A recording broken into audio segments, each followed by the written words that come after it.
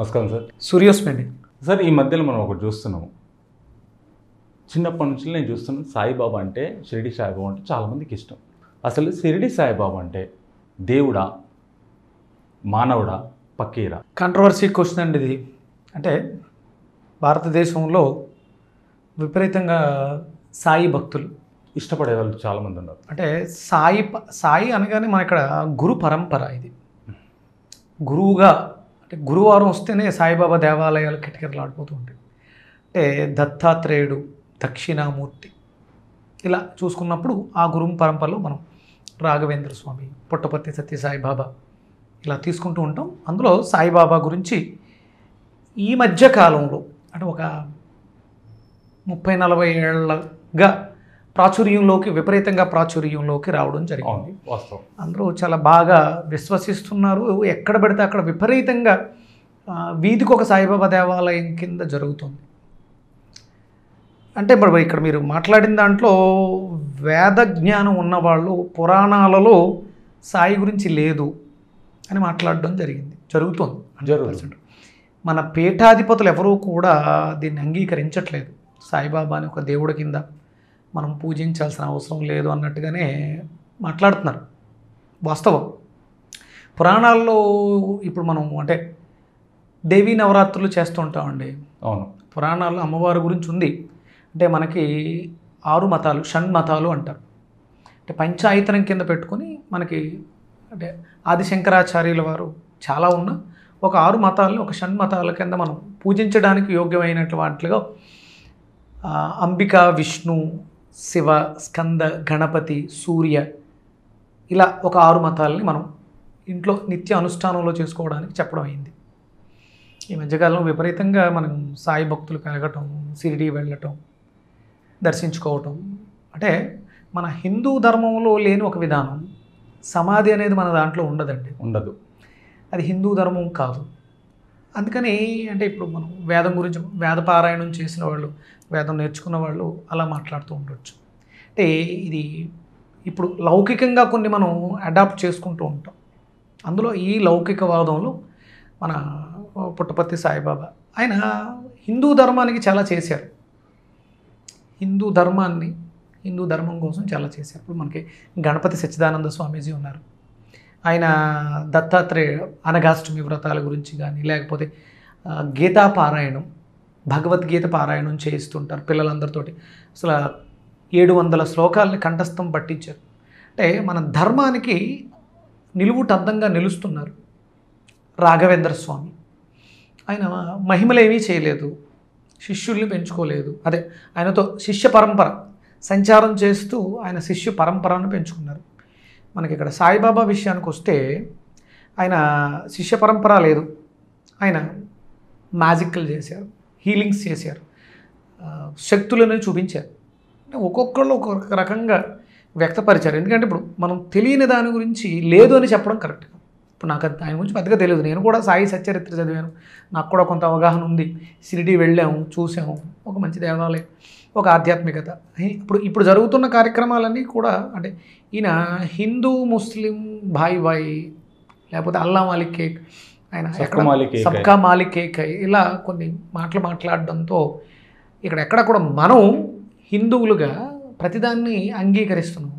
కానీ మిగతా వర్ణ వాళ్ళు, ధర్మం వాళ్ళు హిందూ ధర్మాన్ని యాక్సెప్ట్ చేస్తున్నారా? చేయట్లేదు. కాబట్టి అంటే వీళ్ళ చెప్తున్న వాదనలో నిజం ఎంత ఉంది అన్న దాని గురించి మాట్లాడుతాం. ఇంకొకటి పీఠాధిపతులు చెప్పేది ఏంటంటే మనం శివాలయంలో శివుణ్ణి అత్యంత శక్తివంతంగా తీసుకుంటాం. అలాగే అమ్మవారి దేవాలయాలు శ్రీచక్రాన్ని తీసుకుంటాం. ఇక్కడ అతిపెద్దగా సాయిబాబా వారి విగ్రహాన్ని పెద్దగా పెట్టి ఆయన పాదాల దగ్గర మనం శ్రీచక్రాన్ని ఉంచడం కానీ లేకపోతే శివలింగాలను ఉంచడం కానీ మిగతా కార్యక్రమాలన్నీ కింద జరుగుతూ ఉంటాయి. అలాగే గురు పరంపరలో దత్తాత్రేయుడు స్వామివారు కదా, ఆ దత్తాత్రేయులు అని కొంచెం బయటకు తీసుకొచ్చి ఒక పక్కన స్టార్టింగ్లో మనకి దత్తాత్రేయుల స్వరూపం వారు, ఒక పక్కన గణపతి ఇలా పెట్టడం జరుగుతుంది. అంటే ఈయన ఒక అంటే శ్రీరామచంద్రుడులాగా యుగంలో త్రేతాయుగంలో రాముల వారు మానవ రూపం తీసుకుని కష్టాలను అనుభవించి తను కూడా ఒక మనిషిలాగా జీవితాన్ని సాగించి భగవంతుడి సహకారంతో ఉన్నతమైనటువంటి గుణాలు ఉన్నాయి కాబట్టి పూజింపదగిన వాడు రాముడు. అంటే శ్రీరామ అంటే చాలా అర్థం ఉందండి. చాలా అర్థం ఉంది. శ్రీ చెప్పండి సార్ అర్థం గురించి ప్లీజ్. శ్రీ అంటే లక్ష్మీప్రదం, లక్ష్మీదేవి. రా అంటే అగ్నిబీజం అండి. రమ్ మన మణిపూరక చక్రానికి అధిష్టానం. ఓంకారంలో చివరిగా వచ్చేది పునర్జన్మ.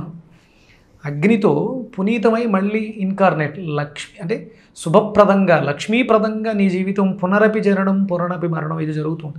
అందుకని శ్రీరామ శ్రీరామ శ్రీరామ శ్రీరామ నామో జపం చేస్తూ ఉంటే మన జీవితం ఈ జంజాటంలో పడి, అంటే మనం అలౌకికమైనటువంటి వాదనలకి, అలౌకికంగా ఉండేటువంటి వాటికి లోనవ్వకుండా, మనం హిందూ ధర్మం అంతా కూడా మంత్రం, యంత్రం, తంత్రం, అంటే ఒక మనిషి పుట్టిన దగ్గర నుంచి పరిణితి చెంది జీవితాన్ని పూర్తి చేసుకుని మళ్ళీ ఇన్కార్నేషన్, మళ్ళీ జన్మకు వెళ్ళిపోవడానికి ఏం చేయాలో ధర్మాన్ని బోధించింది. ఇక్కడ సాయి తన మహిమలను చూపించారు. ఎక్కడ ధర్మాన్ని బోధించడం, హిందూ ధర్మాన్ని బోధించడం అనేది ఎక్కడ కనిపించలేదు. అందుకని ఆ వేదంలో కానీ పురాణాల్లో కానీ ఆయన గురించి ఎక్కడ లేదు, ఉండదు, అవసరం లేదు. మనకి శైవ క్షేత్రాలు, స్వయంభూ క్షేత్రాలు, మనకి హిందూ ధర్మంలో ఉన్న దేవీ దేవతలు స్వయంభూవులుగా ఎక్కడో కూడా మనకు కనిపించారు. ఇక్కడ ప్రతిదీ కూడా పాలరాతి విగ్రహాలు మనం తయారు చేసుకుంటాం. అందుకని అంత గొప్పగా దీని గురించి మాట్లాడడానికి అవకాశం లేదు. ఇప్పుడు ఏది మాట్లాడినా మనం మళ్ళీ వైరల్ చేసి మన ధర్మాన్ని మనం భ్రష్టు పట్టించుకున్నట్టు అవుతుంది. ఇక్కడ ప్రతిదీ కూడా చాలామంది రాసినవే ఉన్నాయి, లౌకికంగా రాసినవి. ఇప్పుడు నేను ఏదో దర్శించి నా మహిమలు నేను రాశాను. దాని గురించి నేను సూర్యుని గురించి మాట్లాడుతున్నానండి. నేను సన్స్పిరిచువల్ సొసైటీ ఫౌండర్ని. నేను సూర్య ఆరాధనలో లేదా సూర్యుని గురించి తెలుసుకోవడంలో నేను ఏదైతే తెలుసుకున్నానో దాని గురించి మాట్లాడుతున్నాను. దాని గురించి నేను పుస్తకాలు రాస్తున్నాను. కానీ అది ఎక్కడో చోట ప్రమాణం అయి ఉండాలి, అది వేద ప్రమాణం అయి ఉండాలి. ఆదిత్య హృదయం ఉంది, రామాయణంలో మనకి కనిపిస్తుంది. రాముల వారి యుద్ధ సన్నివేశంలో అది ఎక్కడుంది అంటే మనకి ప్రతి పురాణంలోనూ ఎక్కడో చోట ప్రస్ఫుటీకరిస్తూ వేదంలో ఉంది. రామునికి ఒకప్పుడు రామాయణంలో శక్తినిచ్చిన మెయిన్ కీలక పాత్ర పోషించింది ఆదిత్య హృదయం. అంటే ఇక్కడ రాముడికనే కాదండి, శ్రీకృష్ణ పరమాత్ముడికి కూడా. ఇక్కడ మనకి ధర్మం ఏదైతే నిలబెడుతుందో దాన్ని మనం ఆచరించాలి. ఇది ధర్మబద్ధమైంది. అందుకనే మనకి పీఠాధిపతులు ఈ సాయి అనే దాన్ని ఒప్పుకోరు, అంగీకరించరు. ఎక్కడ లేదు కాబట్టి ఇది జనంలోంచి వచ్చింది, ఇష్టపడుతున్నారు, చేసుకోవడంలో తప్పే ఉంది. కానీ ఇది మన ధర్మానికి ఏమైనా విరుద్ధం అవుతుందా, మన ధర్మానికి ఎక్కడైనా ఆటంకం పరుస్తుందా, ఇబ్బంది పెడుతుందా అంటే అలాంటి సందర్భాల్లో మనం దీన్ని మాట్లాడకుండా ఉండటమే మంచిదేమో.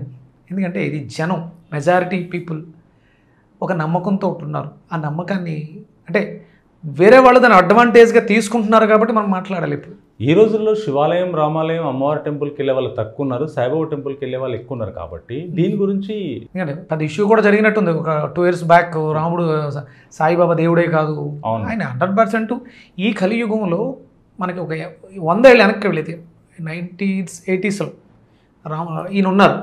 ఒక 100 సంవత్సరాలు వెనక్కి వెళితే మనకి ఆయన జన్మ తీసుకోవడం, ఈ కలియుగంలోనే జన్మ తీసుకోవడం, ఆయన తన మహిమలను చూపించడం అలా జరిగింది. అది నిజాలు భగవంతుడికే తెలియాలి.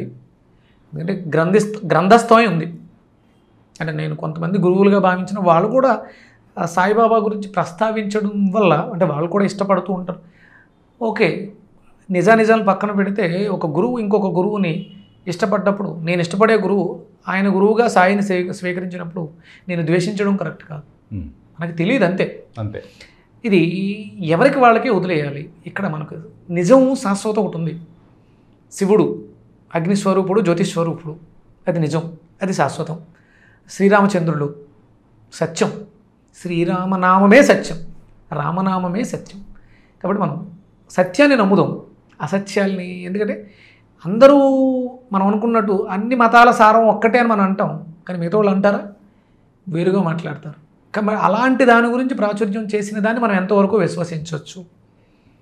మనకి శ్రీపాద వల్లభలో గురు పరంపర గురించి మాట్లాడుకుంటే శ్రీపాద వల్లభ, దిగంబర శ్రీపాద వల్లభ దిగంబర, దత్తాత్రేయుడు. అంటే మనం గానుగాపురం గురించి మాట్లాడుతాం. ఆయన పిఠాపురంలో జన్మ తీసుకుని కురువాపురంలో అంతర్ధానం అయ్యారు కృష్ణానదిలో. ఇక అక్కడ తర్వాత మళ్ళీ వేడుకుంటే మళ్ళీ నృసింహవాడిలో జన్మ తీసుకుని గానుగాపురం వచ్చి అంతర్ధానం అయ్యారు. ఇలా అంటే గురు పరంపరలను మనం విశ్వసించడంలో తప్పులేదు. ఇక్కడ ఎక్కడ పడితే అక్కడ మనం విపరీతంగా దేవాలయాలు నిర్మించుకుంటూ వెళ్ళిపోతూ ఉంటే కొంచెం ప్రమాదం ఉంది కాబట్టి వ్యతిరేకిస్తున్నారేమో పీఠాధిపతుల వారు. ఓకే.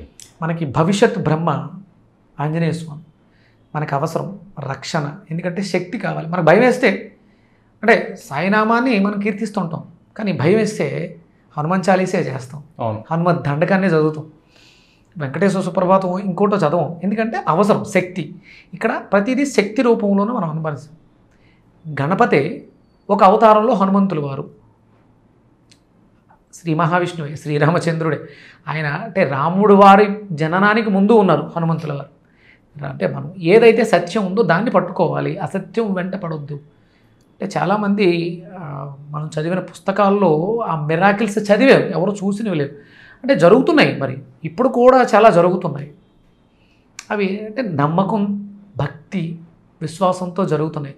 ఇప్పుడు అక్కడ ఆయన వ్యక్తిగా ఆయన పేరు నామం అలా ఉంది, ఆయన వెనకే ఉందో నీ నమ్మకానికి శక్తి ఉంది. ఆయనకు ఉన్నా లేకపోయినా, ఆయనకు శక్తి ఉన్నా లేకపోయినా నీ నమ్మకానికి శక్తి ఉంది.